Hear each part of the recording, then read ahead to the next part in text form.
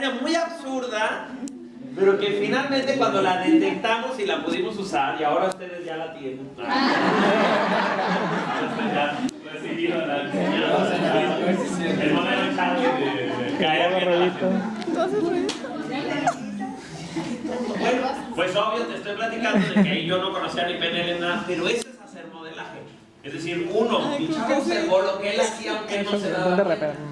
Él no tenía ni idea que eso hacía y sí lo hacía. Y dos, cuando nosotros lo instituimos dentro de nuestros patrones, funcionó.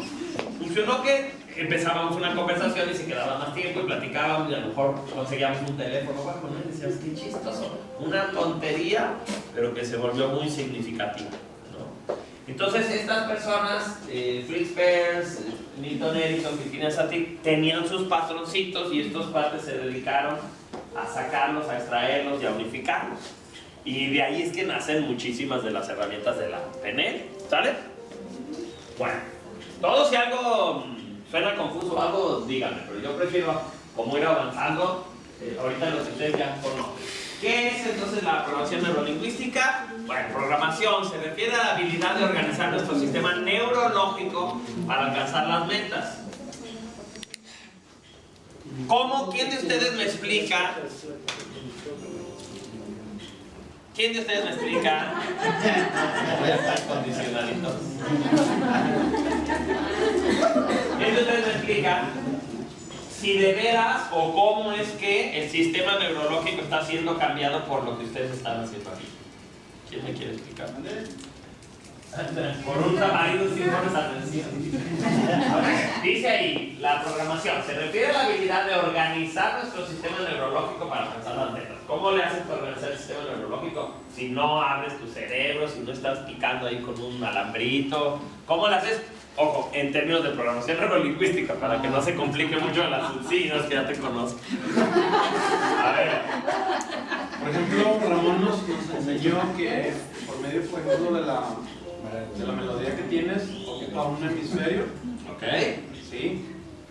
Y nos permite recibir más fácilmente toda la información que tú nos estás dando por medio de visual, auditivo, ahorita que reciba mi dulcecito kinestésico. Esa puede ser una manera de... Ok.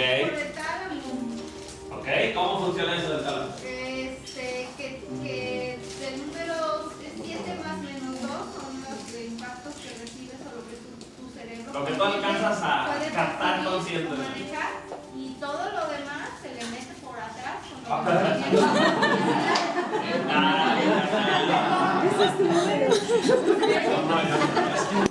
Ok, entonces, algunas de las maneras que ustedes ya conocen son: la música ayuda a poner, acuérdense que hay frecuencias cerebrales, entonces cambiamos nuestra frecuencia y nos volvamos más dispuestos al aprendizaje. Y por allá su compañera dice, cuando tú saturas a la parte consciente, pues no queda más que al inconsciente entrar todo el resto de la información. ¿Sí? Vamos bien, pero estamos hablando como de las técnicas, ¿eh? Nadie me ha explicado en términos muy sencillos cómo es que se hace eso que dice ahí, que es organizar el sistema nervioso de otra manera. Ajá, pero ¿qué hace eso? Cuando tú practicas y repites, ¿qué es lo que hace tu cerebro? Se hace un camioncito. Ándale, eso es a lo que voy. No me acuerdo si se llama simbiosis, cómo es, pero las neuronas se conectan por redecitas. Entonces son caminos y se estimulan, y hacen su caminito. Entonces simplemente con estarme diciendo de vuelta programación, mi cerebro ya está haciendo el caminito de programación. Para entender qué significa esa palabra. Así es, y entre más lo haga, más rápido es el camino. Muy bien, va, voy por ahí. Justamente esa es la parte a la que quiero llegar. Quitar un patrón para poner el... ¿Pero qué hago? O sea, ¿cómo es que se puede quitar un patrón? Porque piénsenlo, si yo simplemente cuando pongo cierta música estoy más dispuesto a aprender, entonces yo tendría que poner esa música todo el tiempo para estar aprendiendo. Ya más que es aprender, o sea, es decir, cuando ya se quitó la música, ¿cómo es que se me quedó el nuevo patrón? Entonces va por aquí, va por lo que ustedes están diciendo, tiene que ver con los caminitos. El anclar significa asociar, ¿no?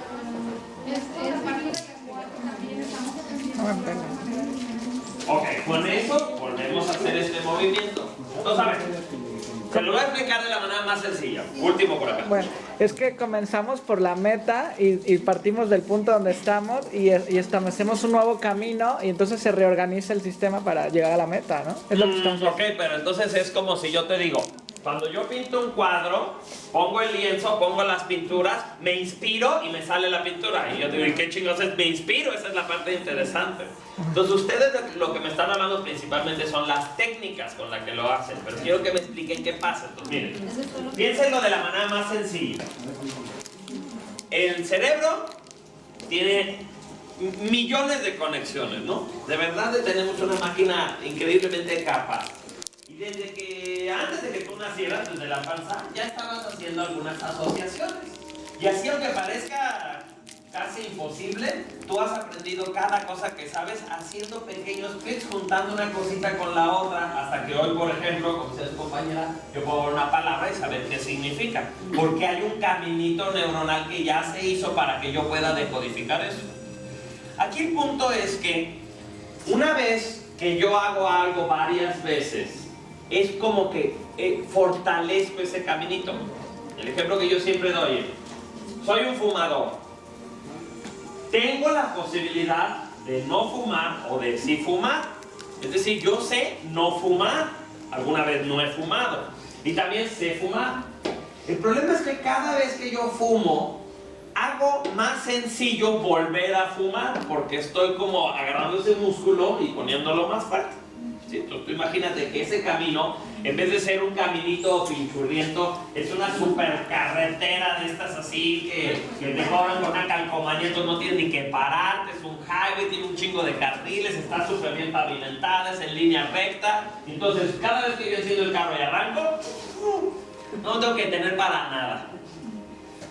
Sí existe en mí la opción de no fumar, pero la opción de no fumar es una pinche carreterita federal horrorosa, llena de curvas, con baches, con hoyos, en la lluvia se cayó un árbol, hay un retén de soldados que a huevo te quieren meter mote, quieren ver cómo te meten al bote, hay unos rateros en la tercera cuadra, hay neblina. Entonces cuando la gente dice, mira, el día que yo quiera dejo, pues es un poco complicado porque es cierto que puede, sin embargo es más sencillo no hacerlo. Esto es lo interesante. Nosotros hacemos cosas, es decir, postergar no es nada más no hacer, es un caminito neuronal. Entonces ese momento que dices, ¡ay, mañana! Es un camino neuronal. ¿Sí? Por eso en el taller de logros, que es el taller que yo doy aquí los lunes, yo les digo, el éxito y el fracaso son procesos que requieren de energía y de tiempo. O sea, fracasar no es nada más no hacer lo que hace una persona que es exitosa. Fracasar implica estrategias. Hago cosas para fracasar. Por ejemplo, pues la lonja no se hizo de una mala decisión, ¿verdad? No, ay, es que no sabía ir una vez y ya se me hizo una lonja. Y ahora no sé. Una lonja implicó muchas decisiones, mucha inversión de tiempo, energía, y entonces hoy se da. Pero a nivel de tu cerebro, tú puedes imaginarte que también esa adicción se tuvo que formar. En algún momento yo tuve que asociar, por ejemplo, que comer me da una satisfacción similar a la satisfacción que me da ser querido. En psicosomática, por ejemplo, es muy curioso, pero las harinas son falso amor. Así las percibes como falso amor, porque las harinas provocan una bioquímica parecida como que alguien te diera un abrazo o como que alguien te aprobara. Entonces, sí, pero particularmente las harinas hacen es un panecito. El café le llamamos en psicosomática falso triunfo, porque el café te da la misma sensación de cuando en la primaria dijeron, y en primer lugar, Dani. ¿Eso? Entonces cada vez que una persona toma café tiene la sensación como gané. No sé qué, es una sensación inconsciente, es una sensación, pero hay un placer. Entonces, si tú te fijas, por ejemplo, las personas que toman mucho café son muy orientadas a los objetivos. O sea, la gente mientras más cafetera es más workaholic, es más como obsesionada por lograr algo, son más acelerados. Cosa que además es muy chistoso porque de por sí tienen un chingo de energía, como para qué tomarían café, pero es eso. Es que imagínate que cada sorbito es como campeón, ganador, triunfador. Entonces, ¿sí? Me cayeron por fin. Bueno, entonces, cuando hablamos del chocolate, a ver, si el pan es falso amor y el café es falso triunfo, ¿qué es el chocolate? ¿Falso qué? Amor. No es amor. Falso sexo. Falso sexo, eso yo sabía. ¿Ves? El chocolate da una sensación similar a la de un beso muy rico. Entonces es un placer, es sexual. Bueno, entonces todo esto nada más para que entiendan que una vez que yo empiezo a recibir los estímulos, ¿no? Desde que soy bebito, insisto, desde el vientre, es bien interesante ponernos a pensar por qué las embarazadas tienen antojos, ¿no? Desde un cuerpo que está solicitando ciertos materiales, pero también dices, pues ¿qué necesita mi bebé desarrollar con Doritos? Porque le han dado un chingo de ganas de Doritos a mi mujer. Entonces, pues si era calcio, ¿por qué no decidió comer más leche o queso? Solo sé, ¿no? Entonces, qué curioso, ¿por qué Doritos? ¿Por qué? Bueno, pero también en parte, el bebé empieza a tener voluntad sobre la mamá de solicitar cosas que quiere conocer. Entonces de pronto la mamá que a lo mejor hace 15 años que no toma y de pronto quiero una cerveza, quiero tomar una cerveza. Y el tema aquí es entender que ya desde ahí el bebé se está como informando, son como patrones bioquímicos que él está conociendo. Y por eso también es importante, no nada más por la lógica de nutrición, sino por la parte psicológica, que la mamá explore alimentos nuevos, que coma sano. En esos ratos que no tenga antojo, que trate de irse hacia lo más sano, porque también le está enseñando, mira, esto es una jícama, esto es una lechuga, esto es un pimiento. El bebé está aprendiendo a reconocer esos patrones. Entonces ya desde ahí estamos empezando a hacer ciertas asociaciones y una vez que nacemos, el cerebro, acuérdense, se termina de desarrollar mucho tiempo después. Los seres humanos somos el ser que nace más frágil, más dependiente de todos los animales que conocemos. Y en parte es porque nuestro cerebro no sale ya completamente desarrollado. Entonces este es un proceso de muy largo plazo. Sí, yo sí. Y cuando el bebé no quiere algo, porque la mamá se le quita el antojo de algo. Se supone que por un lado significaría que el bebé o ya conoce eso y no le interesa más, o ya no requiere de ese producto en particular, ¿no? Y entonces la mamá le pueden dar hasta como alergias o rechazos a ciertos alimentos, y es un poco como el bebé diciendo, ya no quiero, no sé, hierro, ¿no? Ahorita ya no. Es algo muy curioso eso de los antojos, porque nos empieza a hablar precisamente de cómo dos voluntades se traslapan por un cierto tiempo. Un ratito, aquí hay una fusión muy interesante. Bueno, el punto es que, regresando a la idea de la carretera, la programación neurolingüística nos ayuda a encontrar herramientas que una de dos, o fortalezcan la carretera débil, la pavimentemos, le pongamos los árboles, los limpiemos, cerremos los baches y entonces sea más fácil transitar por ahí, o que entorpezcan el paso por la otra.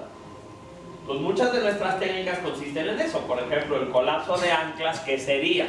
Entonces, un colapso de anclas, ¿cómo exactamente se entorpece la carretera chila? Pues es que ya le cambiaste direcciones a todos lados y ahora para dónde. Es como si yo le atravesara otro camino.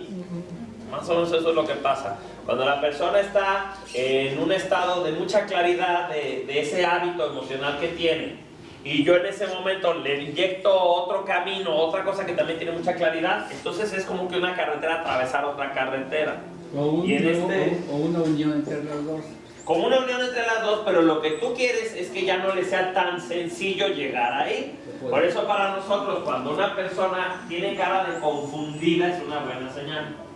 Por ejemplo, si yo al final del ejercicio le digo, a ver, quiero que vuelvas a evocar esa emoción que me dijiste que habías traído el fin de semana, quiero que respires, que estés aquí y que me digas del 1 al 10 qué tal se siente. Y entonces tú notas que la persona está como moviendo así las cejas, es porque no se acuerda. Está así, chinga, ¿cómo era sentirme mal? ¿Cómo eran esos celos? ¿O cómo era esa angustia? Y eso es una excelente señal porque significa que entorpecimos el camino. ¿Y ella permitió que lo entorpeciera? Sí, claro. No, y que es la intención, ¿no? Yo es eso. O cuando nosotros le pedimos a alguien, y les voy a contar esta anécdota. Antes de certificarme en PNL con Ramón, yo empecé a ver videos de Richard Bandler, me gustó mucho su estilo. Y entonces estaba en ese momento viviendo un primo conmigo. Este primo venía de una tragedia. Él había estado viviendo en Cozumel, le estaba yendo muy bien, tuvo un hijo, estaba feliz con su chava, tenía un restaurante y llegó Wilma, el huracán, y tiró la plaza comercial donde estaba su restaurante. ¡Oh! Se cayó eso. Como de pronto tuvieron muchas broncas económicas, pues la esposa se fue a vivir con su mamá y le quitó al hijo por un tiempo. Entonces él se fue al Distrito Federal a ver qué hacía y como tenía su carro, vendió su carro, puso un negocio y se peleó con los socios y pronto ya no tenía ni el carro. Entonces hubo un momento donde estaba viviendo conmigo, pero todas las mañanas la conversación era todo esto que les acabo de platicar con lujo de detalle. Es que cómo ibas a pensar que un puto huracán iba a caer y se cae un centro comercial, no mames, ¿y cómo crees entonces? Y esto y esta pinche vieja en vez de apoyarme cuando yo más necesito, no sé qué. Entonces él me va contando la historia siempre igual. Entonces yo estaba viendo a Richard Bandler y le dije, oye, ¿puedo hacer un experimento contigo? Quiero que me digas, cuando tú me cuentas todo esto, ¿lo ves como si fuera una película en tu cabeza? Yo lo veo todo el día. O sea, te lo cuento en las mañanas. Todo el día vuelvo a pensar en el huracán, cuando vi mi restaurante caído, cuando mi chava me dijo que se iba, cuando vendí el carro, cuando me asocié, cuando no. Y entonces él me cuenta la secuencia. Entonces yo le digo, ok, ¿me permites hacer el experimento? Nada más vamos a jugar a que cambias el orden de la secuencia, es decir, vas a empezar con la última escena, como él ya me había dicho que era, vamos a empezar con la última escena y vámonos hacia atrás. Empieza por cuando truena el negocio con tus socios y te vas. Y de ahí nos vamos a que vendiste el carro. Y de ahí a cuando se fue tu chavo. Otra vez, él con los ojos cerrados. Otra vez, pásala hacia atrás. Cuéntame la escena, pero hacia atrás. Ahora imagina que vuelve a pasar hacia adelante, como era originalmente, pero te voy a pedir que la pases tan rápido que todo el mundo hable como ardillita. Entonces, otra vez, ahora va para atrás otra vez. Entonces él medio se reía cuando yo hacía esto, yo otra vez hacia atrás, ahora otra vez hacia adelante, ahora empújala, ahora haz que la secuencia no tenga lógica. Entonces el huracán tiró a tu esposa y ese abandonó y así. Entonces él estaba así cagado. Yo sinceramente nada más dije, a ver, ¿para qué chingas sirve esto que he estado viendo? Pero yo no pensé que iba a servir y el otro día ya no me platicó el tema. Entonces después de un par de días yo dije, oye, he notado que ya no me platicas del tema. Y me dijo, ¿cuál tema? Sí, ¿verdad? Es que he estado pensando en que con la lana que quedó debería de tratar de poner otro negocio, entonces estoy viendo con no sé quién que si se anima. Qué chistoso. Realmente entorpecimos ese mal hábito que ya tenía de no dejar de pensar lo mismo, porque el cuate solito se puso a ver otra cosa. Entonces, es eso. Ya no le era fácil repetir el hábito, que eso era un hábito, porque ya lo distorsionó tantas veces que es, esta sería otra analogía, como si hubiéramos rayado ese pedacito del disco, ¿no? Si yo agarrara un disco de los de antes de acetato y hay una canción que me choque, yo la agarro así con una aguja y hago así, ya no se oye ese disco. O sea, esa parte cada vez que llegue se va a saltar, se va a pasar a la siguiente canción. Eso es algo parecido. Ahora, aquí es donde entra el tema que puede ser de pronto muy criticado de la PNL. Y cómo decidir cuando tiene sentido simplemente romper con esa ruta, acabar con ese mal hábito, y cómo saber si ese mal hábito no es una manera de desahogar algo, es decir, te quito el hábito de fumar, pero ahora caes en otro problema. Ahora es el alcohol, no es la comida, ahora estás enojado. Si yo hago eso, quiere decir que en vez de sanar, lo que hice fue suprimir, es decir, bloqueé. y ahora está más latoso porque ese camino ya no sirve. Sí, sería como... Ay, pues sería, en realidad pasa mucho, como cuando tienes gripa y te tomas un antigripal. En realidad es como eso, porque si la gripa está sacando un montón de toxinas a través de los mocos y yo me tomo algo para que ya no produzca moco, la pregunta es si las toxinas ¿qué van a hacer? ¿No? Pero bueno, eso a lo mejor no es algo que normalmente estás consciente, pero en cuántas ocasiones,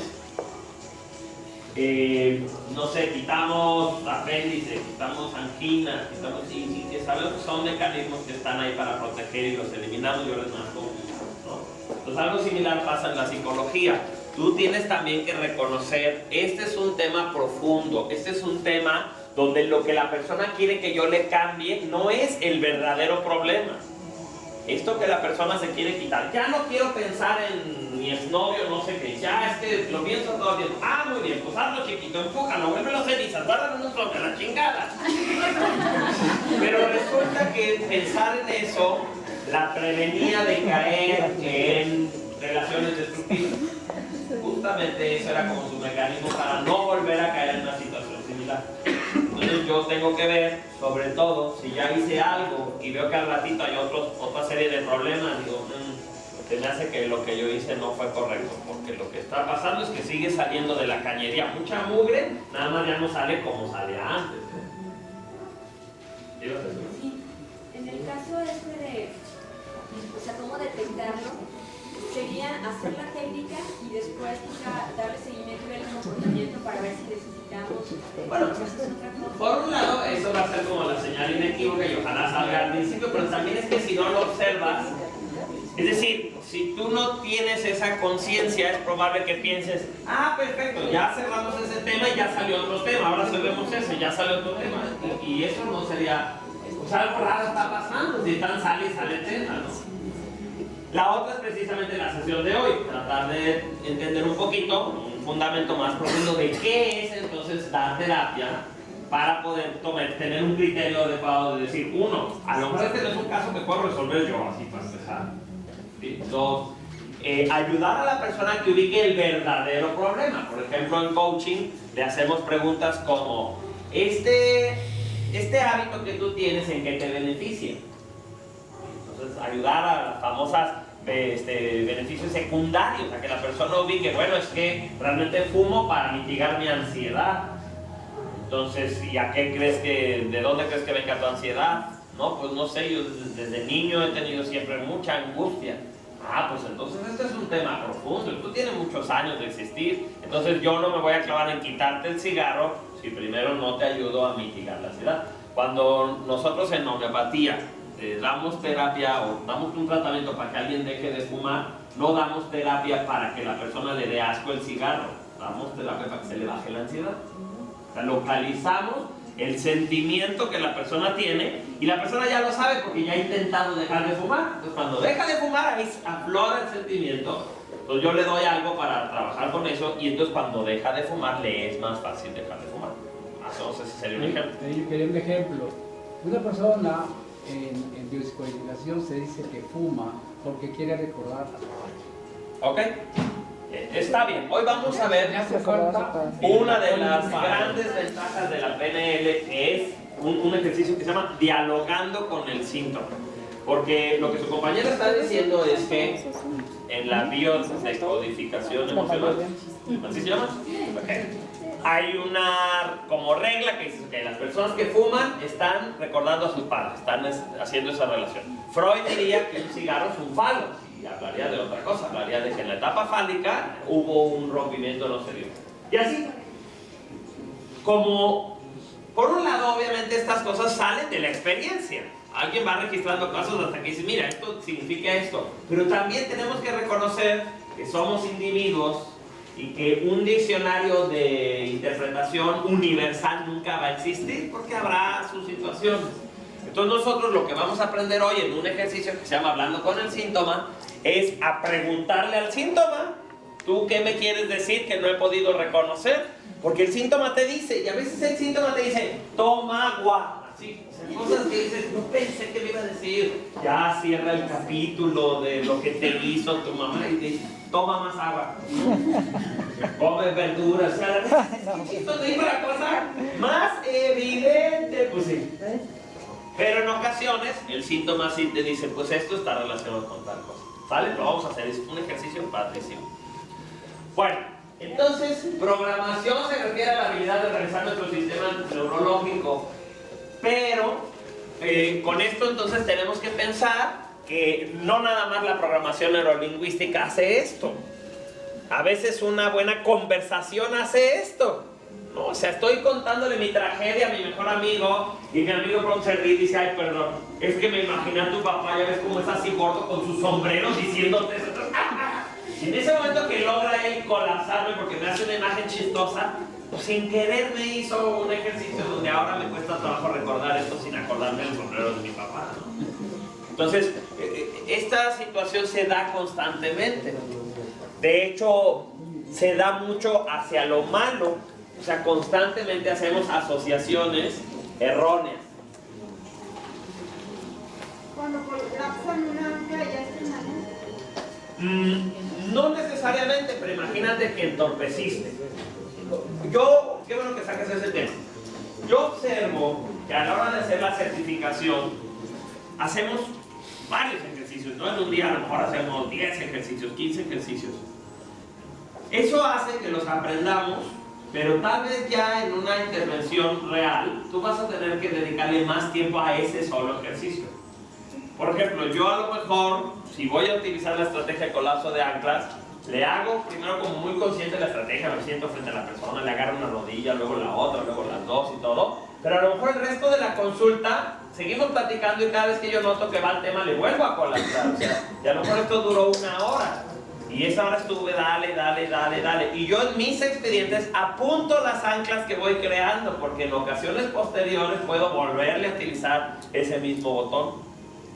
Entonces, por un lado Bandler dice, ¿no?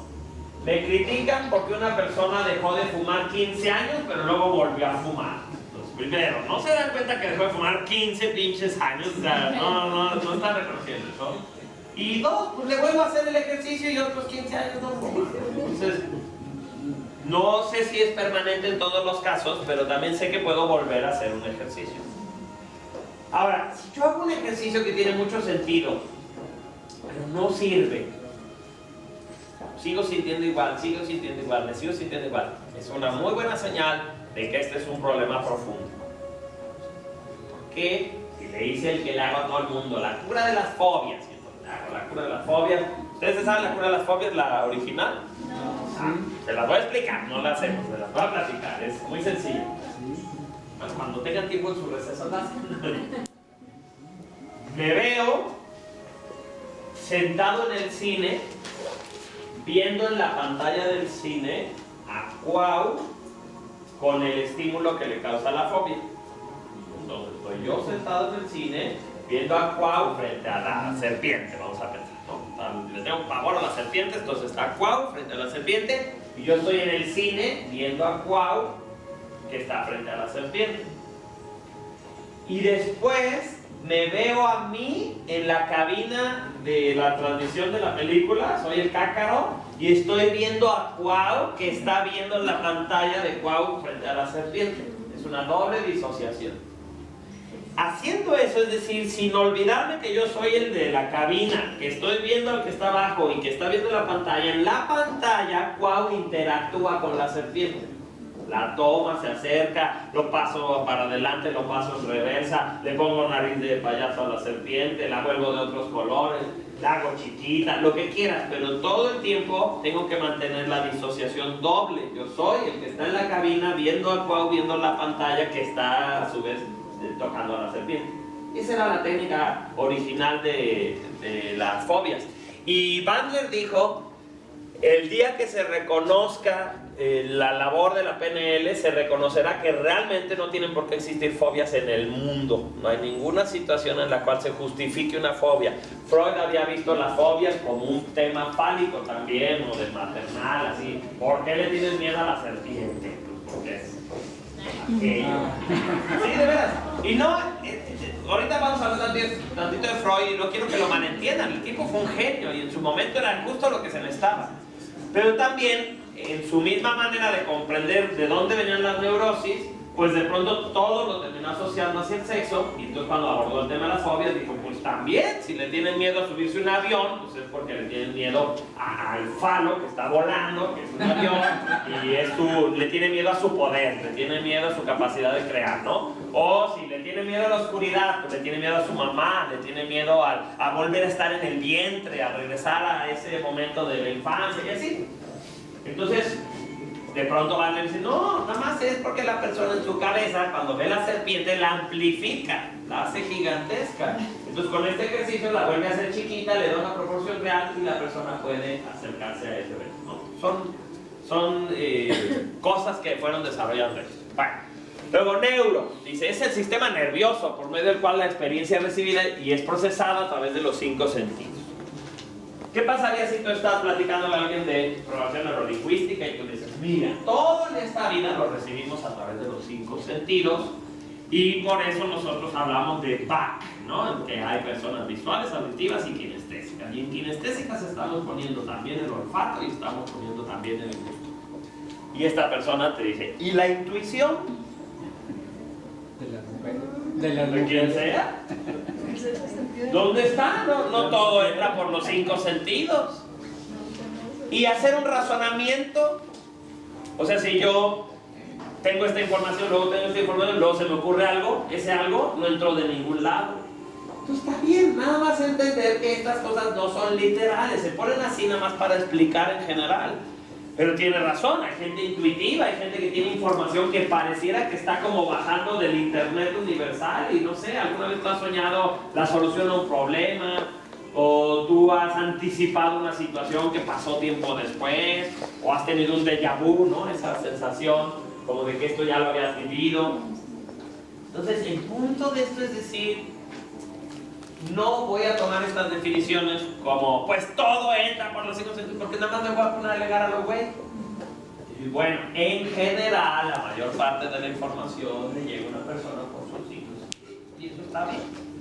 ¿Sí? ¿Y qué pasa con la gente que es daltónica? Entonces no se le puede abrir.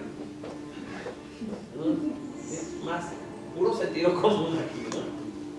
¿Podrías aplicar una técnica de cambios de modalidades auditivas a un sordo? No, porque no tiene modalidades auditivas, es un sordo, ¿no? O sea, usaría un anclaje físico, ¿no? O sea, son como esas cosas. Y yo quiero que ustedes aprendan a más a ubicarse para que nadie se los chamaque también. Díganme ustedes, ¿cuál es la diferencia entre coaching y terapia? Desde tu perspectiva, ¿qué es la diferencia entre hacer coaching y hacer terapia? Yo pienso, en mi perspectiva, coaching, como ya habíamos dicho, es acompañar a la persona, llevarla.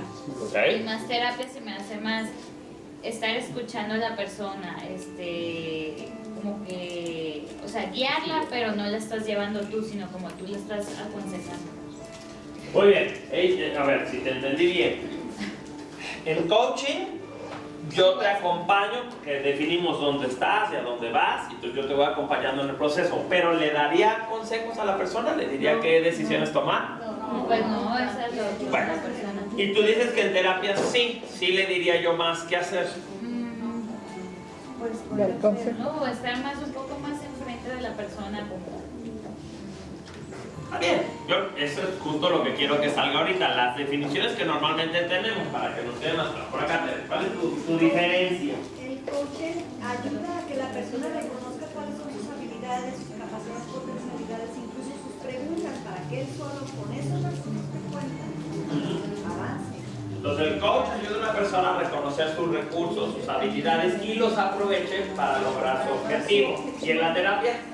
En la terapia, sí también le ayudas a reconocerlo, pero a lo mejor vas más de la mano guiándolo con tus experiencias también, respetando sus intereses, pero más guiándolo hacia un punto donde tú sabes. O sea, ustedes sienten, por estas dos definiciones, como que en la terapia el terapeuta toma un poco más el control. Más o menos por allá. Ok, por allá. Yo, bueno, más o menos lo que decía de que en la terapia yo lo veo como más de afuera hacia adentro, dando recursos que hay afuera para que él los sintonice. Y en el coaching es más saber lo que hay adentro para que los pueda externar. Me gusta. Muy bien, me gusta. Entonces ella dice, en la terapia yo voy a utilizar recursos externos para ayudar a resolver lo que está en el interior, y a lo mejor en el coaching yo descubro una serie de recursos en el interior y lo que quiero es que la persona los pueda manifestar en el exterior. Dos más, por acá. Son casi iguales. Son casi iguales, y es que ya no me puedes pegarte a tu dulce. Sí. Última. Que bueno, a mí también me cuesta separarlos porque depende de qué tipo de terapia, pues. Y creo que de lo que he escuchado de las diferencias, en realidad terapia también es eso. O sea, en terapia éticamente no le dices consejos, también lo acompañas. O sea, viene siendo lo mismo, nada más que son técnicas diferentes. Y cada terapia es una técnica diferente. Muy bien. Vamos a ver, ahí les va. Un asesor, ¿no? Bueno, es que ese es el primer punto. En coaching y en psicoterapia hay, cuando tú eres como, cuando tú conduces, o sea, hay coaches que te van diciendo, ahora haz esto, llámale a tal persona, dijiste que le ibas a llamar, ay, sí, te le llamas, o te voy a encargar que le hagas este libro para que me hagas un resumen de esto.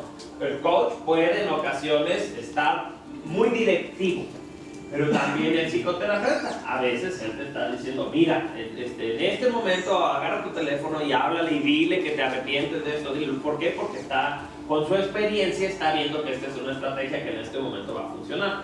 A la vez, hay algunos modelos, que es lo más en ambos casos, que no son directivos. Por ejemplo, el caso extremo sería Freud. Freud lo sentaba al paciente y le decía, platícame lo que quieras. Y nunca le decía a él, ¿ya te fijaste que me estás hablando de tu mamá todas las veces que viene? Él no decía nada hasta que el paciente decía, ¿sabe qué? Me doy cuenta que hablo mucho a mi mamá cuando estoy con usted. Eso se hacía, y por eso es que el psicoanálisis puede tardar 30 años, 35 años un paciente. Ese proceso era un proceso de absoluto respeto al tiempo que tienes. Tenemos que entender que en los tiempos de Freud la gente no vivía con la prisa que vivimos hoy. Entonces también no es una torpeza de parte de él. Qué padre que tú tuvieras el tiempo de poder ir sacando las cosas muy despacito y irlas asimilando todas y hacerlas parte de tu vida. Hoy tenemos muchas técnicas para consulta rápida y para terapia breve y todo, pero no hay que pensar que era un idiota Freud por hacerlo así.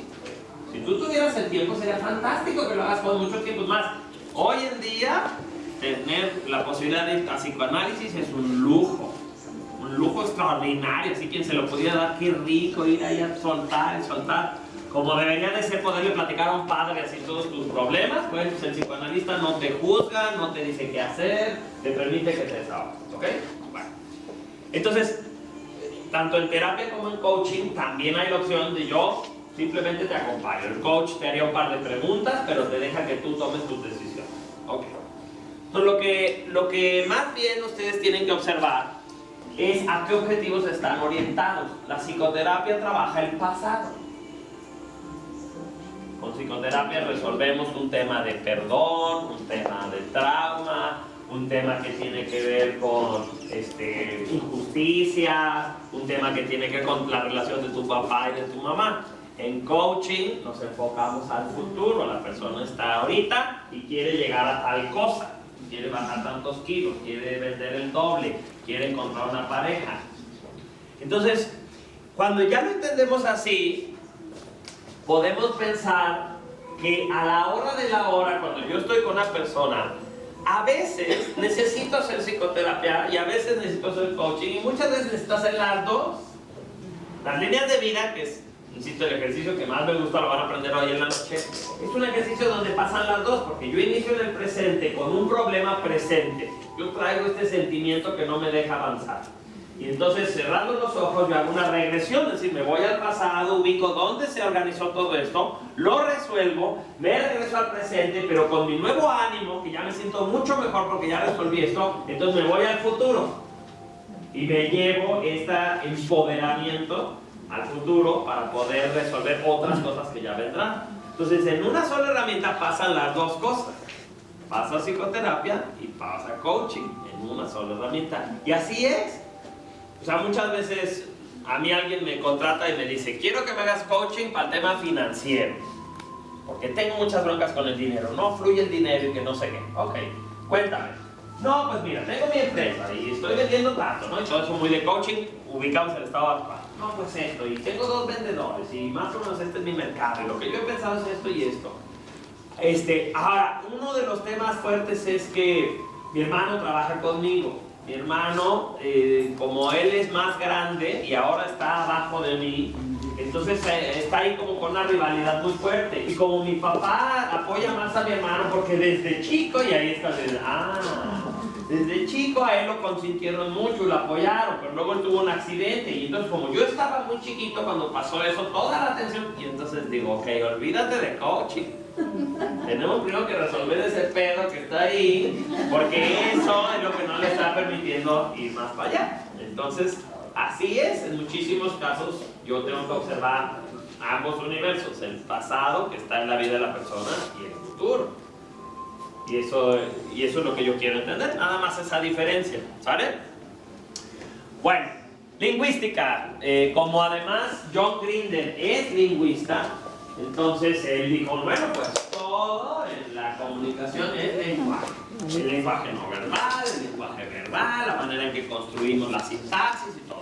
Sin embargo, hay un psicólogo que se llama Grof, él descubre que desde la panza hay 4 estadios muy importantes.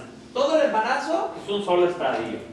Los otros 3 pasan al final. Uno es cuando el bebé ya tiene el impulso de salir, pero no hay salida. No hay salida. ¿Y por qué les estoy citando esto? Porque Grof dice, y no hay lenguaje. No hay nada en el cerebro de este niño todavía suficientemente desarrollado para entender lo que está pasando. No tiene un lenguaje, no tiene sentimientos claros, lo único que está presente es una angustia enorme de yo sé que ya no debo de estar aquí, pero no hay para dónde ir. Después vendrá el proceso de nacer.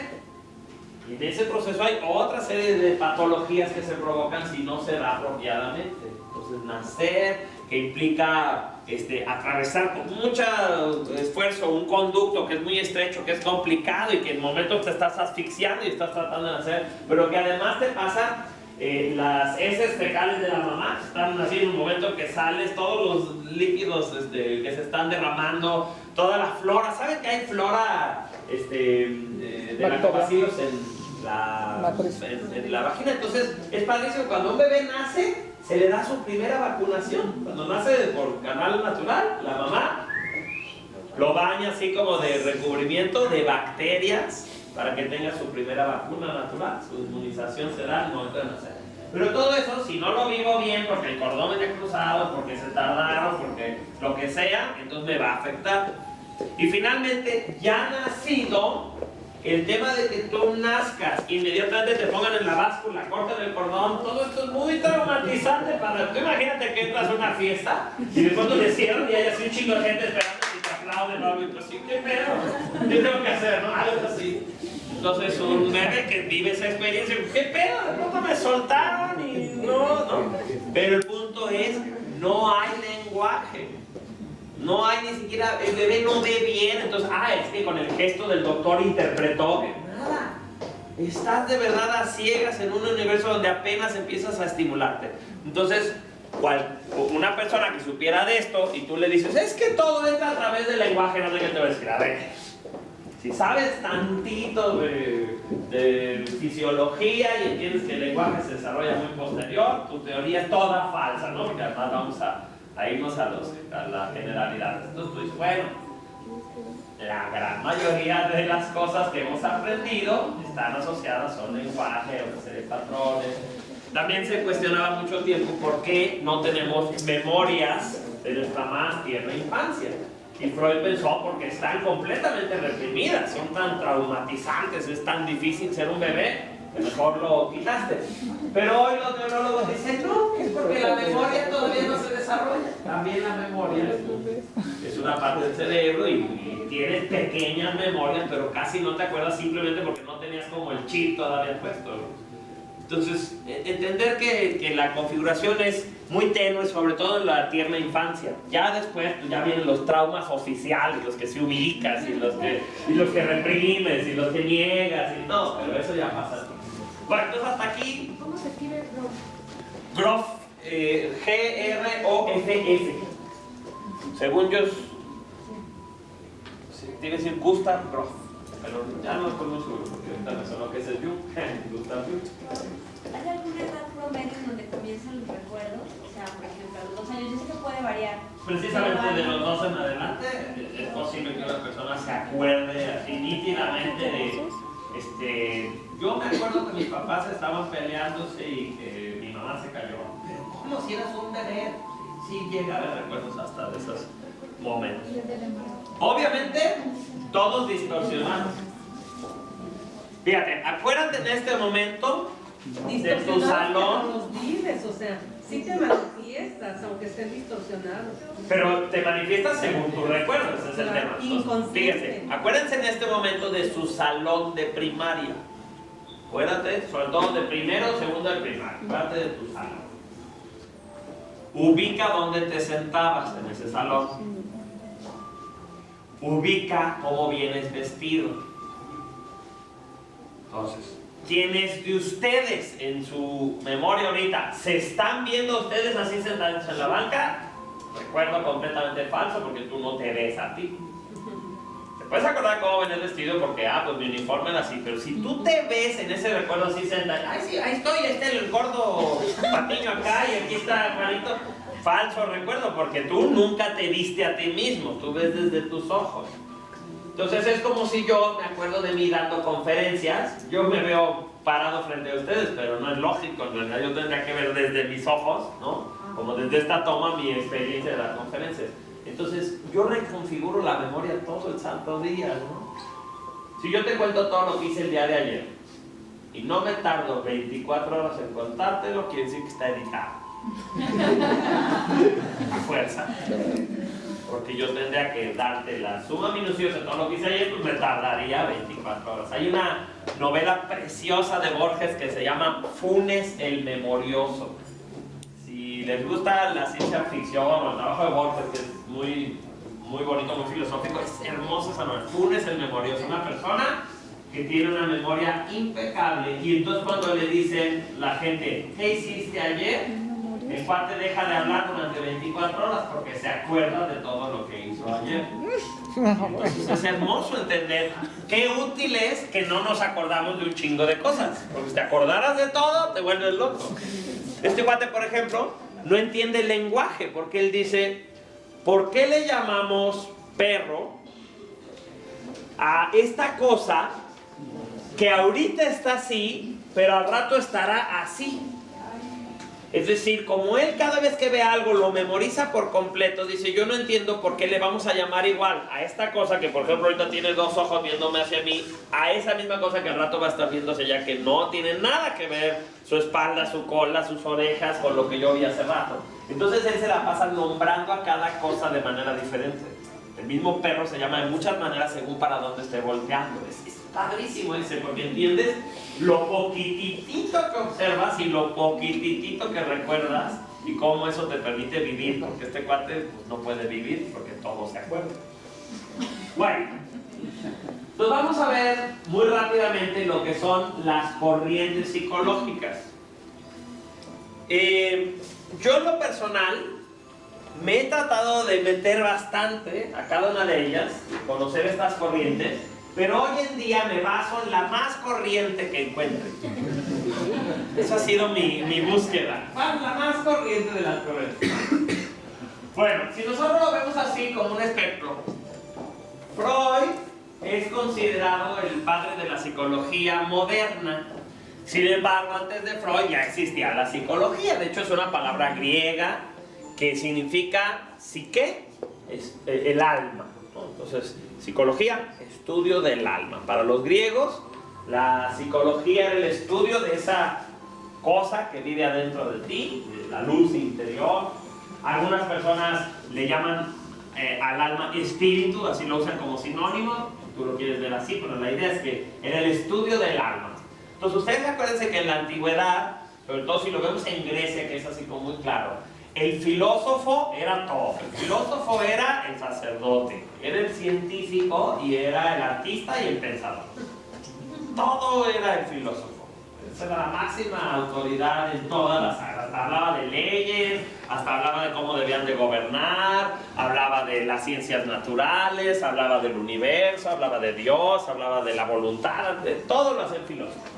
Pero llega un momento donde se separan los conocimientos. El ser humano entra a una época en la que empieza a haber conflictos, por ejemplo, entre ciertos descubrimientos de la naturaleza con los conceptos religiosos, y empieza a haber mucho conflicto entre ellos dos, y entonces mejor dividen la información y dicen, a ver, esto es científico, y entonces lo científico, pues que lo vean los científicos, y se trata de las cosas que se pueden comprobar, y hay un método científico, y todo lo que podemos observar y constatar todos, y hay una serie de cosas que son religiosas, y entonces todo el universo espiritual, todo lo que tenga que ver con después de la muerte, antes de nacer, Dios, etc., ya lo pasamos a este club.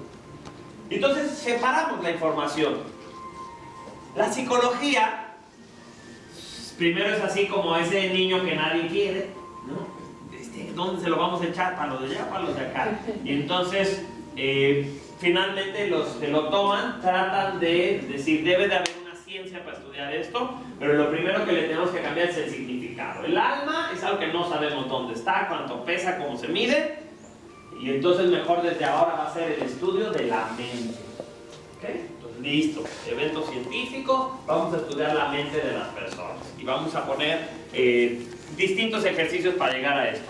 Una de las grandes corrientes fue la hipnosis, precisamente la hipnosis tratando de entender cómo funcionaba la mente y ejercicios que tenían que ver con relajación, pero por ejemplo por muchísimos años a los enfermos mentales pues se les trataba con torturas, se encerraba por ejemplo a un psicótico, o a un maníaco, o a un histérico, cuartitos que tenían así dos paredes, la persona tenía que entrar de lado y le cerraban la puerta y le decían hasta que no te calmes no te vamos a dejar salir. A un esquizofrénico paranoide, todas sus temores hechos realidad. No, es que temo que me quieren hacer daño a las personas. No, mira, te vas a encerrar en este cuarto, te vas a dejar ahí y con eso te vas a calmar de que no te queremos hacer ningún daño, amigo. Son las cosas horrendas. Por supuesto toques, por supuesto agua fría, agua caliente, pues los primeros intentos de medicamentos, ¿no? que cambiaban la estructura mental, las famosas lobotomías, una serie de cosas. Pero no había una comprensión del enfermo mental. Como paréntesis, el doctor Samuel Hahnemann, que es el que descubrió la homeopatía, cuando lograron sus enemigos prohibirle que ejerciera medicina, entonces dice, ¿puedo atender a los locos? Sí, al fin que nadie los pelaba. Sí. Y empezó a curar locos con homeopatía. Entonces es muy interesante porque ahí hay todo un registro que hasta la fecha no se saca a la luz para decir cómo este cuate, hasta antes de Freud, casi 100 años antes de Freud, ya estaba dando resultados psicoterapéuticos. Porque además Hahnemann ya había observado, a veces el problema es meramente como un mal hábito mental y a veces hay raíces fisiológicas en el problema. O sea, a veces el cuerpo está descompuesto y por eso la persona está teniendo eso. Pero a veces nada más es un malentendido. Es como que la persona no sabe ser feliz y lo único que sabe es sufrir, pues entonces hay que enseñarle a ser feliz, ¿no? Entonces, muy interesante porque él se antecede a Freud. Pero bueno, Freud toma lo que ya había, inicia con la hipnosis y sobre todo se enfoca en un trastorno en particular que es la histeria. La histeria, trastorno que se da en mujeres. Era escasísimo el hombre a que se le diagnosticaba histérico. Por eso histeria quiere decir útero, acuérdense. Es una enfermedad femenina. 2, ¿qué es la histeria? Una situación emocional que se somatiza. La persona trae una parálisis, por ejemplo, parálisis faciales de media cara, parálisis de miembros, no puede mover este brazo, no puede mover esta pierna, una temblorina que no le deja, una situación que no le permite dormir, ¿no? Entonces hay una representación en el cuerpo de un problema que es emocional. ¿Cómo sabían que era emocional? Porque los doctores decían, esta paciente que reporta tener la pierna paralizada no sabe de anatomía, porque no se puede paralizar como dice que se le está paralizando. O sea, si se te paraliza, como es un nervio, tendría que paralizarse todo el glúteo, tendría que paralizarse ese pedazo, y está nada más de aquí para abajo. No puedo mover ese pedazo. A ver, doble la rodilla. No, miren, no la puedo doblar. Ay, como chino sí pudo hacer este movimiento. Entonces el doctor decía, esto no es normal porque como la persona no sabe de anatomía o de fisiología, pues está inventándose un trastorno. Si supiera cómo funciona, sabría que lo que está diciendo no se puede. Entonces en esos casos, pues los médicos nada más le decían, ay señora, lo que usted tiene es histeria, tranquilícese, respire, ya haga, ¿no? Entonces Freud aborda este tema junto con sus maestros y empieza a decir, pues bueno, la histérica, ok, si vamos a decir que no es un problema físico, pero es un problema mental, ¿por qué no le damos un tratamiento mental? O sea, ¿por qué no estamos haciendo nada? Y entonces Freud empieza a hacer, ahora sí, ciencia, se empieza a decir, a ver, primero tenemos que entender los mecanismos de la mente, tenemos que ver cómo es que se descompone la mente y después tenemos que inventar un tratamiento para arreglar la mente. Una de las grandes aportaciones de Freud fue la observación de que la sexualidad era importantísima y que estaba particularmente bloqueada en las mujeres. O sea, ¿qué es bloqueada? Que la mujer no tenía derecho a su orgasmo, a su satisfacción, sino que la mujer tenía que servir a su hombre y además pues, ser virgen y casta y una serie de cosas. Y entonces, qué casualidad que solo mujeres son histéricas.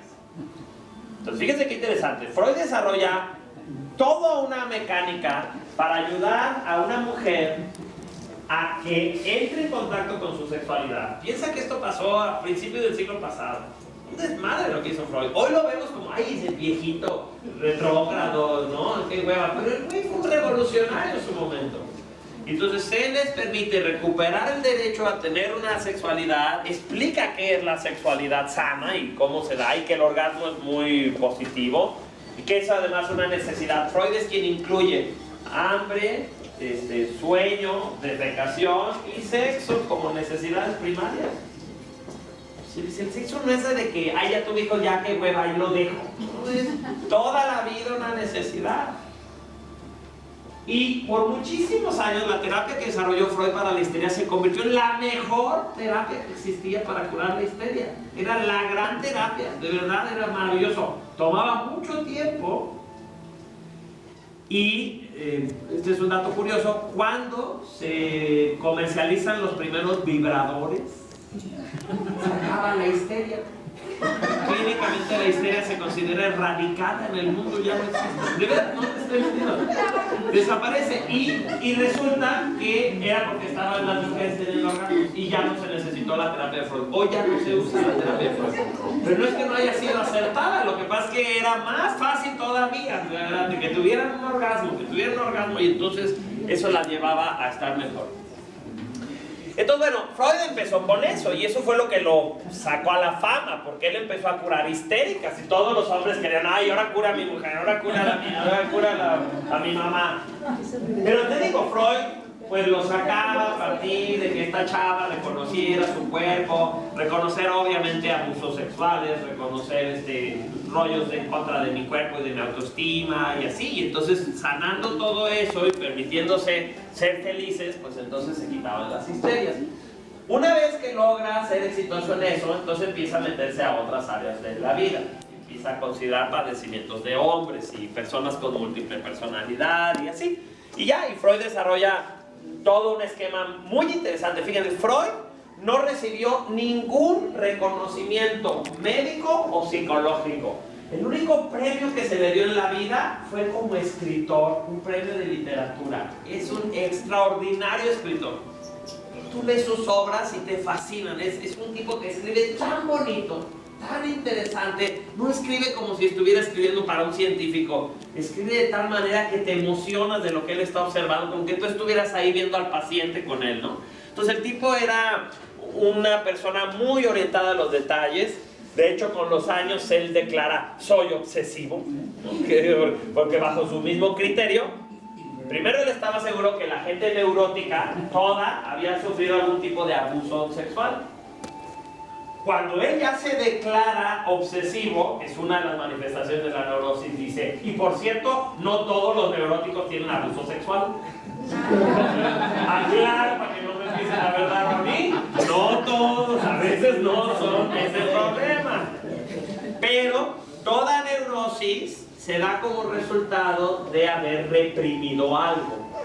Hay algo que quiere manifestarse y como no lo permito, entonces empieza a salirse por otros lados, se fuga.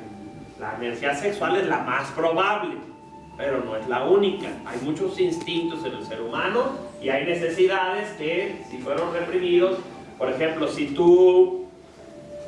Vamos a pensar que tú eres una mujer fuerte, asertiva, clara, decisiva, orientada, pero tú vives en una sociedad que dice que las mujeres tienen que ser bonitas, sumisas, calladas, anegadas, maternales. Entonces, esa represión de tu manera natural de ser te va a causar neurosis. Por un tamarindo. Defínanme neurosis. ¿Qué es una respuesta neurótica?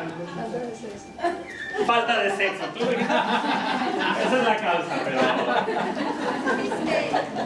Exacto, eso existe. Eso es histeria. ¿Es neurótico o un comportamiento neurótico?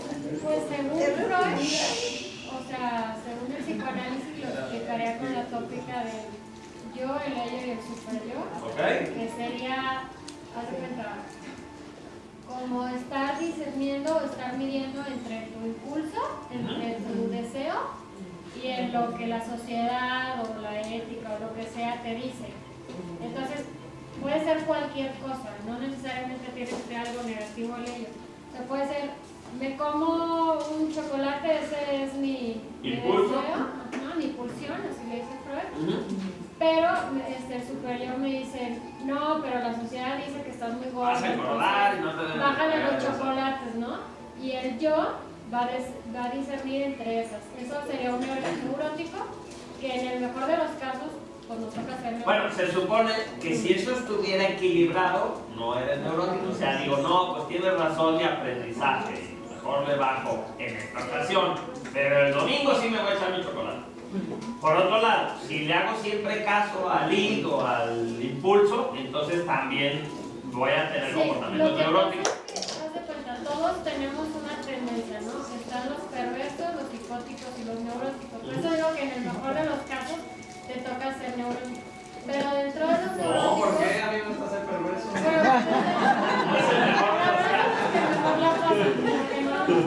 Pero entonces dentro de los neuróticos hay muchos trastornos y ya puedes tener un trastorno de los neuróticos, por ejemplo un obsesivo compulsivo. O sea, ese es un neurótico, pero ya como Otro. Entonces, fíjate, nada más por hacer ese paréntesis porque es interesante. Lo opuesto a ser neurótico es ser perverso. Es decir, la neurosis es que me estoy conteniendo y la perversión es ya no pongo filtro y me tienen que contener. O sea, los demás tienen que decir, oiga, no esté encuerado aquí afuera, oiga, no esté espiando a los que están haciendo el amor. Eso es porque no tengo como filtro. Pero el neurótico más bien vive subyugado por sus aprendizajes. No debo de hacer esto, no hay que hacer tal cosa, hay que tener cuidado. No hay mucha represión. ¿Okay? Ahora, lo que yo quiero que ustedes me digan es, ¿a qué cosa tú le dirías, es un neurótico mi marido? O sea, ¿bajo qué criterio tú dirías, esto es un comportamiento neurótico? Esta es la causa, como ella lo explicó en la causa. Es cuando no tiene coherencia. Ándale, va por ahí. No tiene coherencia este comportamiento. ¿Tú qué ibas a decir? ¿Ibas a darnos un ejemplo? Ok, último acá y les explico. Pues que la reacción como que excede... Eso es. El estímulo no es para tanto. Nos vamos a pensar, obvio que esto no existe, ¿no? Pero el estímulo exige 4 puntos de respuesta y yo respondo 9. ¿Ok? Es la señora que está viendo las verduras y su hijo dice, mami, ¿qué?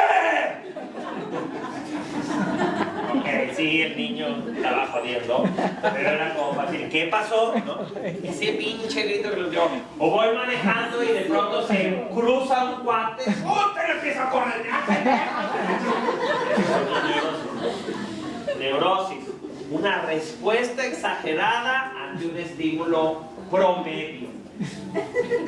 Si a mí unos güeyes me sacan las pistolas en otro carro y yo me pongo como loco, eso no es una neurosis, porque tiene sentido el estímulo con lo que yo estoy haciendo. Como cuando mandas a tu niño, yo mando, ¿me ayudas a limpiar esta zona? Ajá. Limpia, y yo lo hago 10 veces porque no lo Respondes un estímulo, pero... La neurosis entonces empieza a manifestarse con sus respectivos estilos. ¿Vale? Y entonces ahí también desarrolló toda una nomenclatura para hablar de qué pasaba si en la infancia te habías quedado atorado en distintas etapas, ¿no?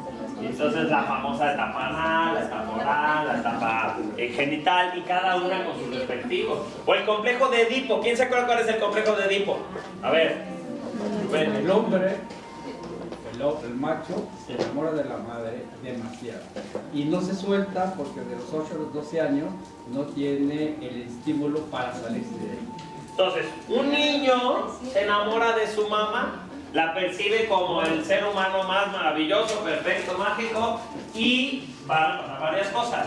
Va a rivalizar con su papá. Acuérdense que la historia de Edipo es que este era un rey al que el adivino de su reino le dice: este hijo va a crecer y va a matarte. Y entonces él dice: ay no, ¿cómo crees? Pues entonces cuando nazca, tírenlo a la basura, ¿no? Y entonces lo manda a matar, pero no se muere, lo adopta otra familia. Este niño crece, se enamora de la que es su verdadera mamá, que es la reina, se pelea con el rey y lo mata. Entonces fíjense, es muy interesante. La tragedia griega siempre es eso. Es como en el afán de evitar el presagio, cumplo con el presagio. Es lo que nos enseñan los griegos. Lo que resistes, persiste. ¿Sí? Bueno.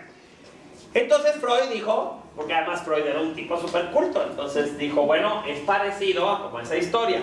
El niño se enamora de su mamá y como ve que compite con su papá por su amor, desearía que se muera, ¿no? Y el niño dice, sí, ojalá se muriera mi papá, porque entonces yo me quedaría con mi mamá. Y el niño se imagina dormido con la mamá, besando a la mamá. Obviamente el niño no tiene el concepto de sexo como genitalidad, pero el niño quiere que esa mujer sea nada más de él y de su amor, ¿no? Cuando crece, una persona común y corriente va a tener el complejo de Edipo, quiere decir que va a seguir enamorado de su mamá, y entonces los hombres nos buscamos una mujer parecida a los atributos importantes que veíamos en nuestra mamá. Eso es básicamente lo que Freud observó. Si lo vemos desde la perspectiva de la PNL, diríamos que simplemente si eso es lo que conoces, eso es lo único que puedes buscar. O sea, para no darle el mismo concepto de Freud, yo diría, a ver, si Ana María se parece a como era mi mamá, eso es lo que yo conozco en un matrimonio, porque a mí me tocó en la infancia convivir con mi mamá y con mi papá, pues entonces yo me quiero casar con ella porque ubico, o sea, es mi zona de confort. Esa sería otra manera de explicarlo. Aunque sea desagradable o negativo, ¿verdad? Lo buscas. Sí, él decía que sí, una mamá autoritativa, sí pasa, ¿sabes? Que, por ejemplo, mamá siempre ha hecho esta observación, mamá es psicóloga. Nosotros cuando éramos niños teníamos una vecina que le pegaba todo el día a su hija. Todo el día le pegaba, todo el día le gritaba, todo el día era una idiota. Ay, pendeja, ay, no sé qué, ¿no? Hoy, que la hija es grande, ya le regaló una casa a su mamá, la adora, le dice que es lo máximo, mami chula, mami linda, y la otra así todavía se hace como del rogar. Entonces tú lo ves de afuera y dices, qué extraña es la gente, ¿no? O sea, ¿cómo puede ser que si la maltrataba no se acuerda de eso? Y en su experiencia tú fuiste la más grande, tú fuiste maravillosa, y así. Sí pasan situaciones que no entiendes de la infancia. Pero insisto, si lo vemos desde una perspectiva como no tan patológica, yo también podría decir, bueno, pues las cosas que me gustaban de mi mamá, pues sí las voy a buscar en otra mujer porque me gustaba eso de mi mamá, y no es necesariamente enfermizo pensar que quiero repetir cosas que eran positivas. La cosa también es que a lo mejor no conozco lo suficiente como para saber qué otros posibles atributos hay, y por eso mucha gente entendemos hasta el tercer o cuarto divorcio. Ya empezamos a entender qué es lo que buscamos. Bueno, y el complejo de Electra, como deben ustedes saber, es esta necesidad compulsiva de pagar en plazos chiquitos semanales las cosas para que no te salgan tan caras. ¿Es el complejo de Electra? ¿No? Es el complejo de pagar en brazos chiquitos y sin interés. Yo pensé que el complejo de Electra pues es lo mismo, pero al revés. La chica se enamora de su papá, va a competir con la mamá por el amor de ese papá, y si lo resuelve bien, va eventualmente a saber que su papá es su papá, no su novio, y va a buscar su novio. O si se queda complejada de grande, va a buscarse un papá, ¿no? Y entonces normalmente es cuando decimos, ay, mira, la Dani tan jovencita y su novio que le lleva 25 años. Entonces, pues complejo de Electra, ¿sí? Podríamos encontrarle otra explicación a una chica joven que tiene un novio que le lleva 15 años. ¿Se les ocurre alguna otra explicación que no sea que está enamorada de su papá? Falta de padre. Bueno, pero entonces estamos en lo mismo, ausencia de papá. ¿Tú qué pensaste? El dinero, el interés. Ven, vamos a pensarlo desde el interés. ¿Qué pasaría si los hombres y las mujeres maduramos de maneras diferentes? Y muchas veces una chava se siente atraída por un partner que tiene otra madurez y que no es la de las personas. Entonces, se los comento esto nada más para no llevar siempre al extremo estas teorías. Hay relaciones que son patológicas.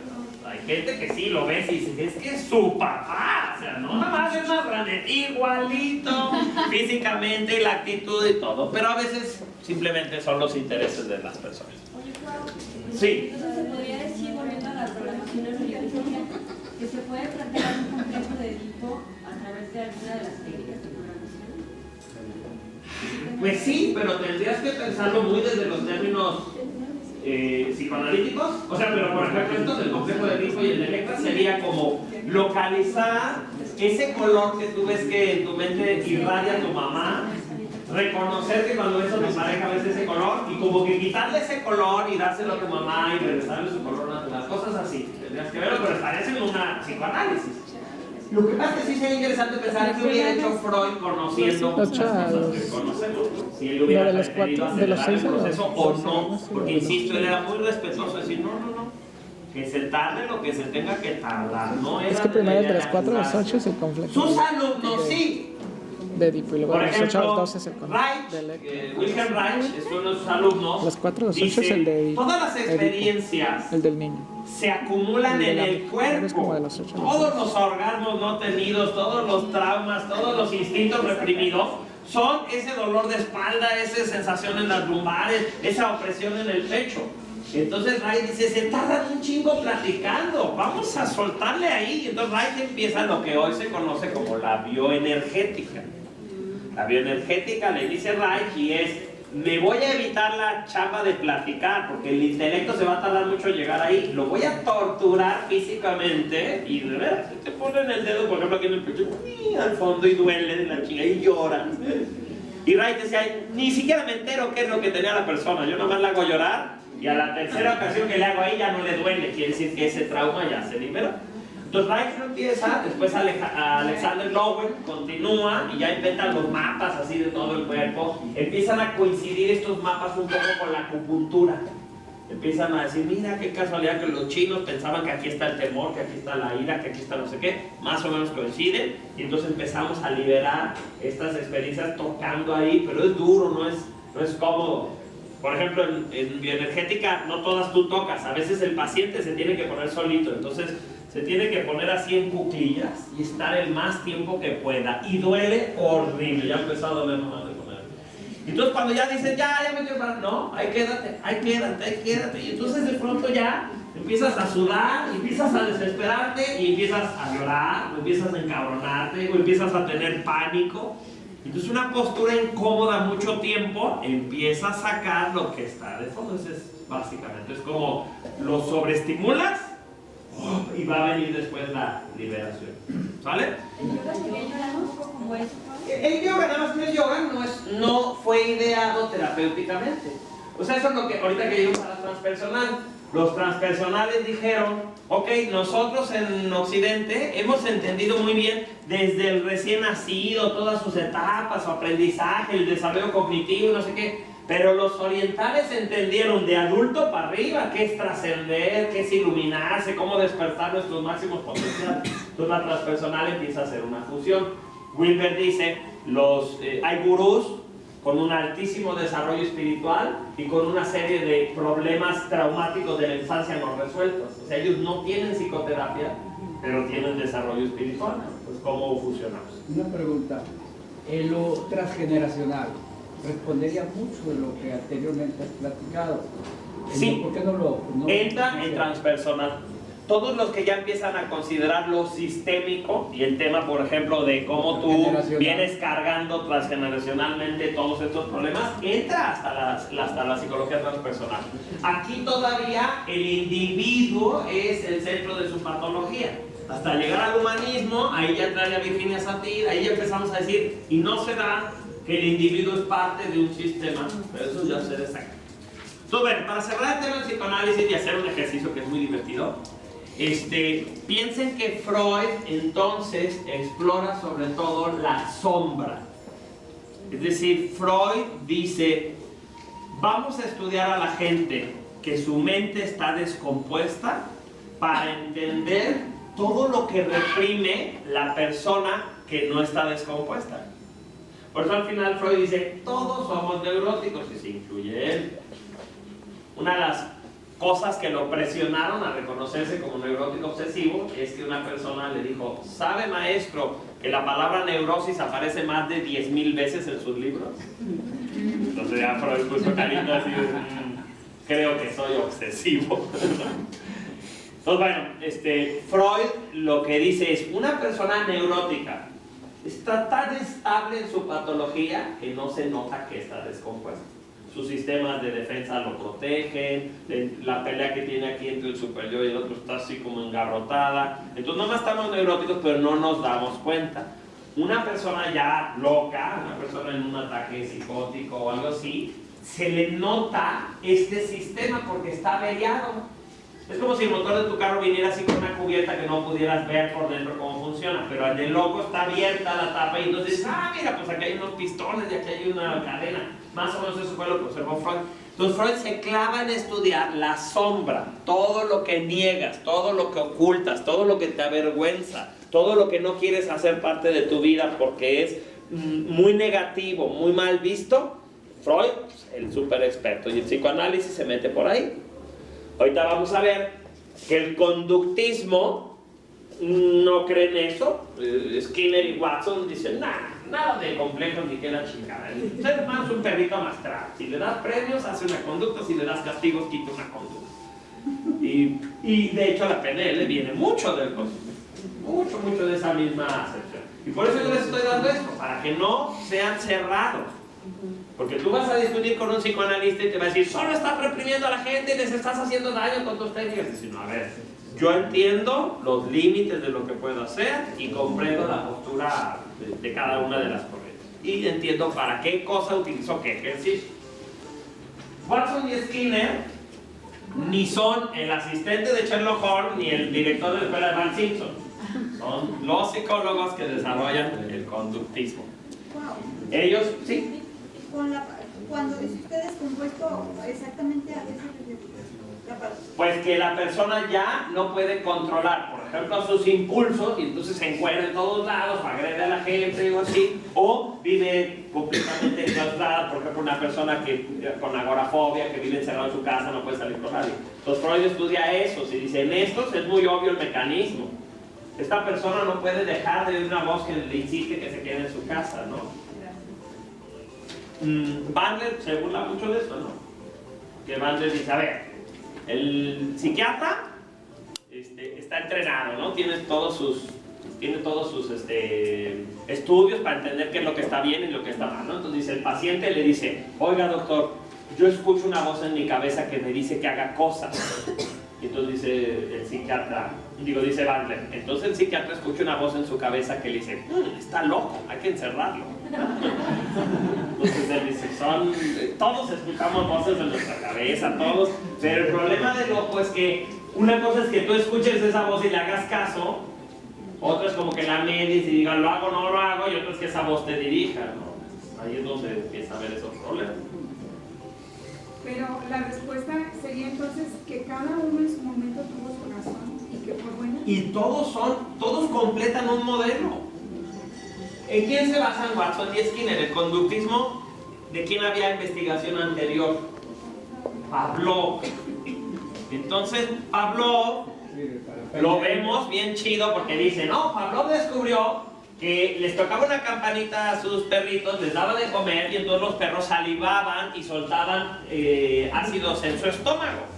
Entonces este cuate, bien lindo, bien inteligente, hizo eso y nos ayudó a entender cómo funcionaba. Pero ¿saben cómo sabía él que los ácidos del estómago estaban? Porque abría al perro vivo, lo tenía con el estómago abierto y él estaba observando y le tocaba la campanita y le daba. ¿Qué dijo la chica? Pero dejó un legado muy importante.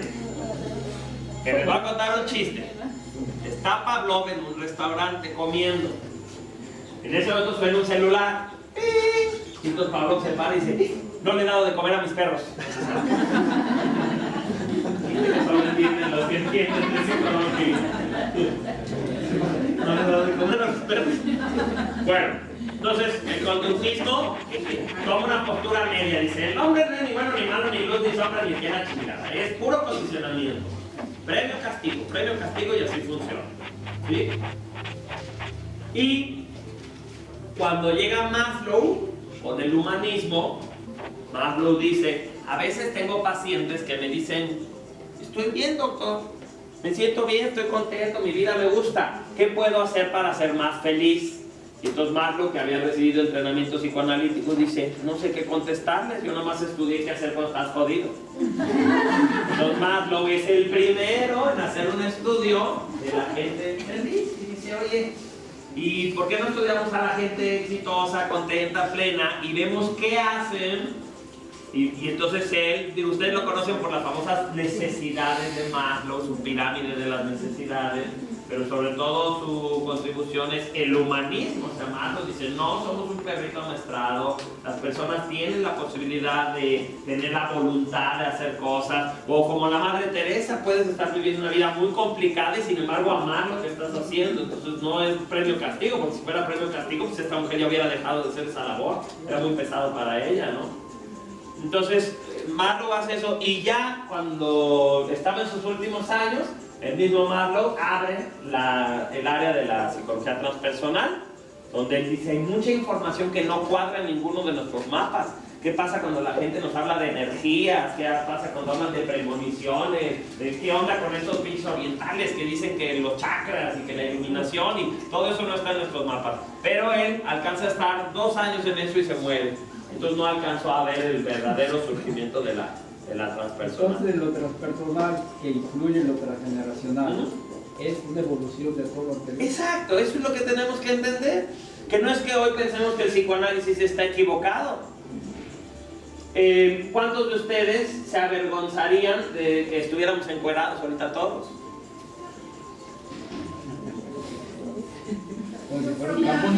¿Viste cómo se siente? Exacto, entonces empieza, bueno, pero no así. Si fuera un campo nudista, o si todos estuvieran ciegos, o si apagamos.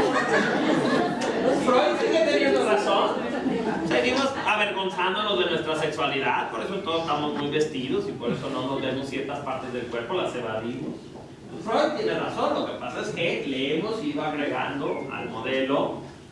Y el chiste, ahí sí, si tú fueras martillo, ¿qué verías por todos lados? Claro, ok.